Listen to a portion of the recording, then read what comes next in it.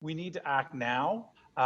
Because if we don't act now, we're going to be in real trouble. John Hines is worried about the future of local news, saying in the last year alone, 250 Canadian newspapers have gone out of business, and local radio and TV news is hurting too. What's happened now is you have two big players, Google and Facebook, taking 80% of the digital ad revenue out of the marketplace. Hines is the president of News Media Canada, an advocacy group representing hundreds of papers. He says today's blank page campaign is intended to highlight the harm to local news derived from Google and Facebook's use of news content to sell advertising without paying for that content. We don't mind you using our content, but we really want you to pay for it. The group wants the federal government to create legislation allowing papers to negotiate a price for use of content by these tech giants and set fines if Google and Facebook don't cooperate, something Australia is embracing in a world first. The Canadian government's been watching what's been happening in Australia very closely. And of course, what's happening there is kind of setting itself up as a bit of a global precedent. Just last month, Google inked a deal with publishers in France to pay for news content. Tech analyst Carmi Levy says Google and Facebook have indicated they are willing to pay for content,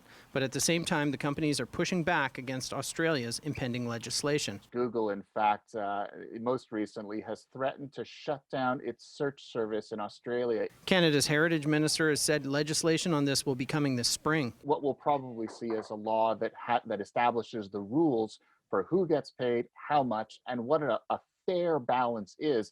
The Hamilton Spectator used to print newspapers in this iconic building, but in 2019 that was shut down by its parent company, Torstar, saying it was to operate more efficiently.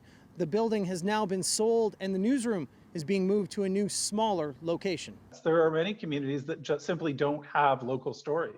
And if you don't have local stories, who's covering your courthouse, your city council, your hospital? This just feels like a Hail Mary. Of no relation to me, Matthew Ingram writes for the Columbia Journalism Review and has covered the intersection of tech and media extensively.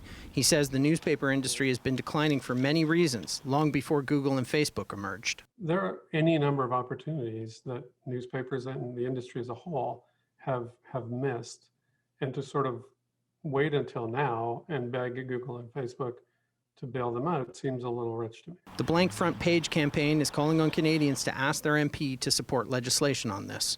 Matt Ingram, CHCH News, Hamilton.